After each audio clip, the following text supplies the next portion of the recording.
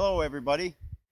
The item I'd like to review today is the U.S.A.F N-1B Mukluk. This was a boot that was designed by the U.S. Air Force and assigned to the Air Force men and women stationed in extreme cold climate areas such as Alaska. This boot was solely designed with warmth in mind. You can see that the top of the toe is very soft. This is a cotton duck canvas upper. The height varies depending on the size. The height can vary anywhere from roughly 17 inches to roughly 20 inches tall. And the sizes are a bit unique. They come in a small, a medium, a large, and extra large. And the individual numerical sizes are within those size ranges. I typically wear a 9.5 to a 10, and I have purchased a medium. I will show you the label real quick so you can have the necessary information. I hope you can read that.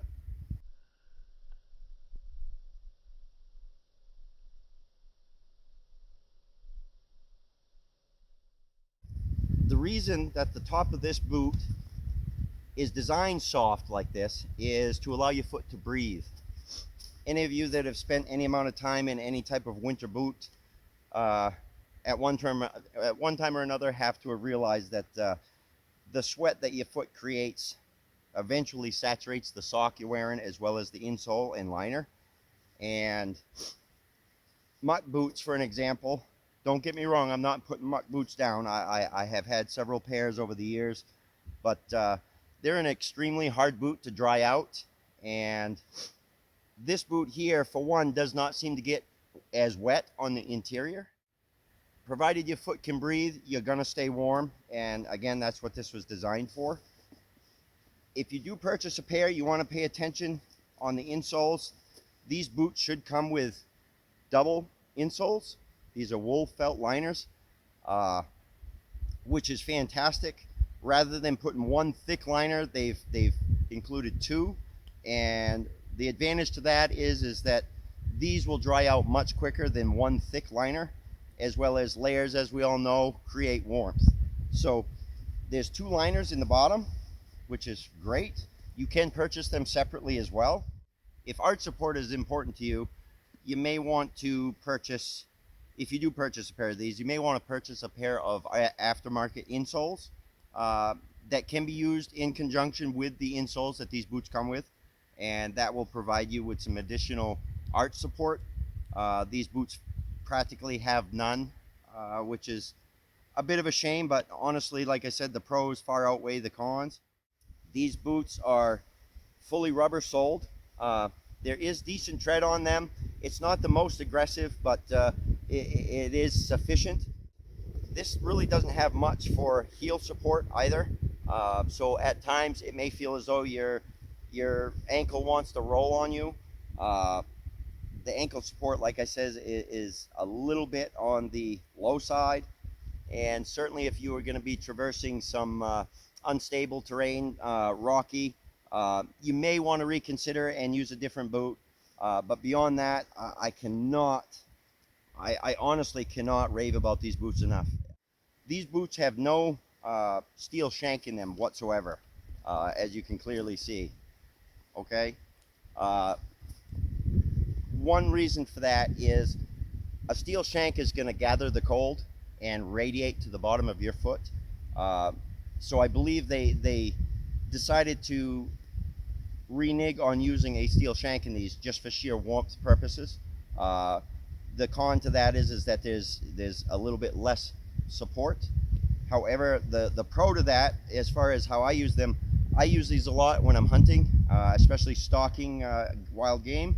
And just like our ancestors, they often hunted in barefoot or moccasins and obviously had no steel shank. And the advantage to that is that these boots will conform to the forest floor much easier than a rigid boot.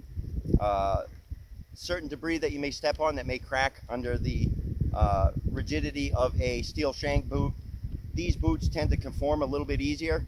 and I find that I'm able to stalk much quieter through the woods with these. You want to pay attention online. Not every distributor of this product includes the liners. There are many different places online that sell the Mukluks, the N-1Bs, but do not include these liners. These liners were designed for this boot, and these are 100% wool. They're kind of like booties. These are fantastic. They're not very thick. They're rough. Oh, they're a little better than an 1/8 of an inch thick. But being wool, one of the only natural materials that allows you to stay warm while it's wet at the same time. It's an absolute great material. I am very impressed with how quickly these can be dried out once they have become wet, if they do. And I find that a thicker aftermarket liner takes quite a bit longer to dry out. If warmth is a concern, for sure, I have done this in the past. You can simply buy another size liner that's either a little bit bigger or a little smaller than the originals, so that they can fit one inside the other. So now you've got a double layer, but when you pull them apart, they're still thin and can dry out quickly rather than a thick liner. As far as socks to be worn with these, everybody's different. I'm kind of a one thick wool sock kind of guy. At times I will put a thin moisture wicking sock on the inside of that as well. I highly recommend alpaca wool socks. If you've never experienced a pair, treat yourself, and they're a little bit more expensive than your typical wool sock, but they're well worth a few extra dollars. The alpaca wool socks are second to none when it comes to warmth. They're just absolutely fantastic. Certainly if you're on a budget, these will fit the bill big time. On average online, I see these range anywhere from $40 to $70. And these particular pairs, I'm wearing a pair right now. These are my spares. Quite honestly, I don't want to be without them. And considering the chance that they will be unavailable at some point, I have bought a few extra pairs just to have on hand. Where I purchased them through, they come with these wool liners. They come with the double wool felt insoles as well. And these particular ones are in brand new, unused condition. There are many out there that are previously used condition as well, but you just want to be careful, make sure the product's right. Most of these guys will work with you really well. I had purchased one pair a while back, and there was a blister in the rubber, and they had no problem at all. They replaced them without any hassle whatsoever. I guess I could say the most unfortunate part of this review is the fact that, to the best of my knowledge, this product is no longer in production. So whatever is out there right now is all that's available.